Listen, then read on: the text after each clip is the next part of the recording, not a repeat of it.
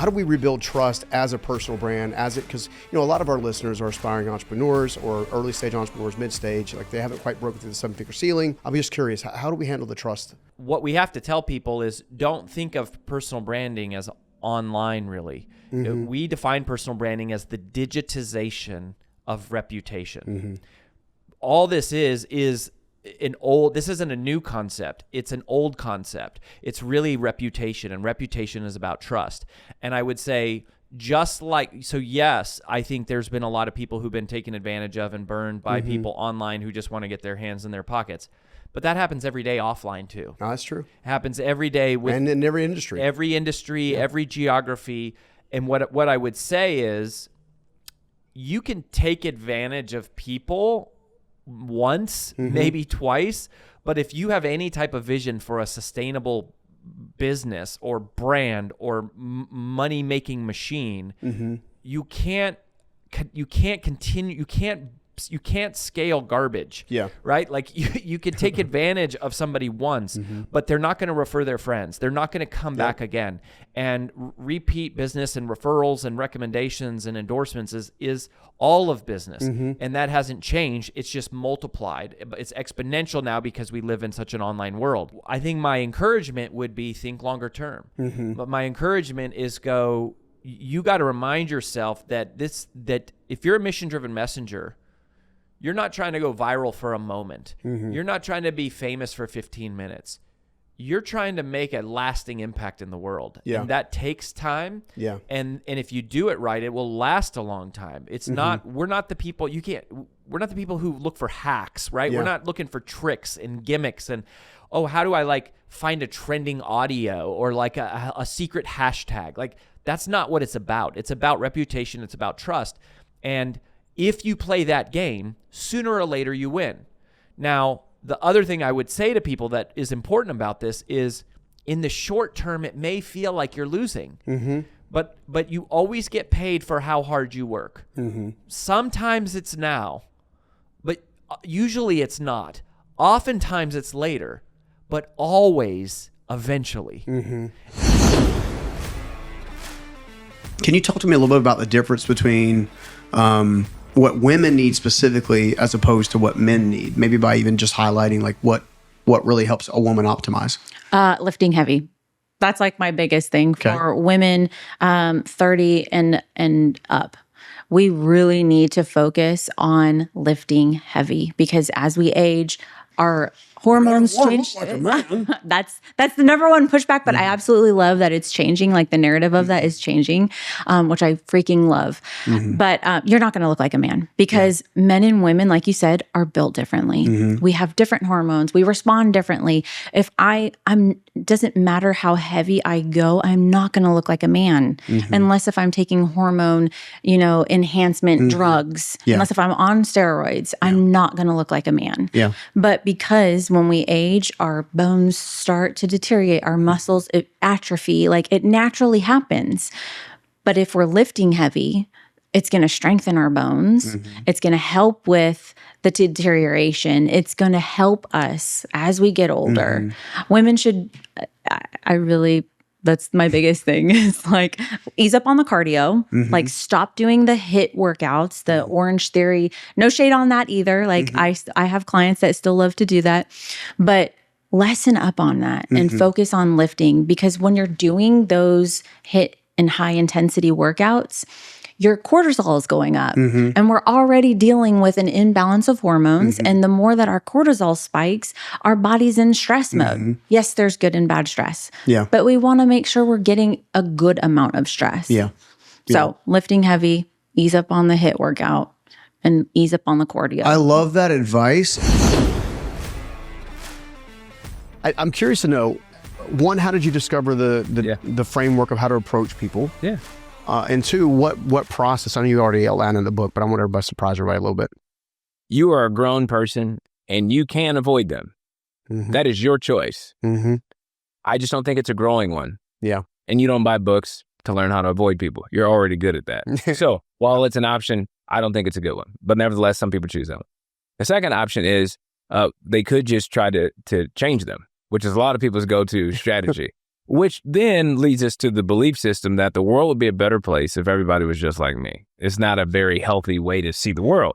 But a lot of times, changing people requires twisting somebody's arm. You're grown, you can choose that, but I just don't think on the other side of trying to be changed that someone's going to actually enjoy working with you. The other one is you could cancel them. Some people just go, I'm going to cut them out of my life. I think sometimes people go to that option a little too soon before they've exhausted all of the other growing options. The last option that we propose in the book is to try and understand them.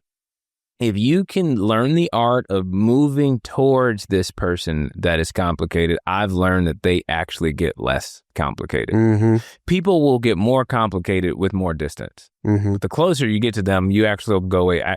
You mean they're just overwhelmed? Yeah. I think the reason that I think understanding a complicated person is the best growing option for all of us is because it's the option we all want. Yeah. We've all had a moment in our life where we were misunderstood. And what did we want in that moment? Our day in court. We wanted to say, no, you don't know what I was going through. No. Hey, no, you misunderstood my tone. You misread that text message. I didn't say it. I said it, but I didn't say it in that tone. And now all of a sudden, they've misunderstood us. I think the best thing that we could do with people that we deem difficult or complicated is to give them the thing that we would want, the benefit of the doubt. But somebody in the group said, "Hey, I can't put that on my skin." I'm like, "Well, why?" And they're like, "Well, because you're gonna absorb the toxins that are in the product that's preventing the sun from as far as like the UV rays, but it's causing all kinds of other issues." Absolutely. There's a movement out there. It's called low tox living, low tox lifestyle. You'll hear people talk about it. And I love this approach because it's basically saying like, we can't have a no tox lifestyle. We can't cut out all toxins. It's just not possible. I mean, the reality of the world that we live in, there are just toxins that we are exposed to. But sheer reducing toxins has to help. Exactly. Yeah. What you're putting on your skin is huge. So I mentioned that I had those fibroid tumors. Mine was coming from fragranced products. So as women, the synthetic fragrances are in everything we use. It's, lotions, hair stuff, perfume, everything has this like synthetic fragrance. And now the research is coming out that shows that this is very dangerous for our hormonal health, it's an endocrine disruptor. It affects our reproductive system. Our skin is our largest organ. And so it is going to absorb whatever goes on it to some degree. There are some nuances there, but even some of the natural clean beauty products, you can still see some ingredients that aren't great. Yeah. So I think it really does require a lot of education and research and time to look into this stuff. And the reason I'm saying this is because I want to bring awareness to how to discover Prey Drive. I mean, I'm sure you recognize it really quick. Oh, boom, boom. Yeah. Okay. So now I got Prey Drive up here, which is the concept. Then I put it into phases. It's got to be activated. There must be a persistence to it. There must be an intensity to it. That's the phases of Prey Drive. And then I said, what activates this drive? Like what, right? Which I go into in the book. Yeah. Right? And it's like, okay, this activates it. This activates it. So that is different than motivation. Motivation means to move. Inspiration means to breathe life into. Prey Drive is activation.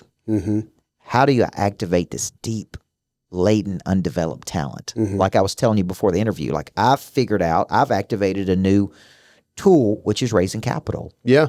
I saw other people do it. I go, I could do it. For years, I talked about doing it. I'd draw it up, and then one say, I'm going to give it a shot, right? And look at how fast, boom, I've been a part of $25 million just like that. And so it's like Prey Drive is your instinct to go get it, right? And so it's like I started noticing that you were born with certain birthday gifts, but they're latent and undeveloped. They have not been opened or activated. And I could tell you story after story, and you've seen it in your life of something happening. And it's like it's activated. Yeah. Right? I mean, there's a period where you were homeless, right? Yeah. And I see homeless people out here every day across from the Greatness Factory, right? And I'm like, I know that person could do something. Yeah. I know that person can flip a switch. But how does it happen, right? And so my role has been taking that concept and deconstructing it, and then I speak on it a lot, the psychology of it. I do it a lot with teams. So that's really what Flip the Switch and Prey Drive is. This is one of those chances where the unknown entrepreneur can become a well-known authority in the marketplace and supersede the incumbent that's been there for a decade and whatever, right? Yeah. This is that disruptive of an environment. Absolutely. Where if you will take the time to do your due diligence and to your point, kind of like understand more about how it works and put the things into practice, you could do very well. I always preferred SEO over paid, though we did both, because to me, SEO is more own versus rent. Yeah. But it was all based in quality because Google wants to reward quality. AI is the same thing. Now we're seeing some weird stuff in the big startup stages of AI, but it's all going to be based on quality. And I think the power of the way these amazing supercomputers, they can bring in so much more information now. So like they just announced that every podcast ever produced is being indexed.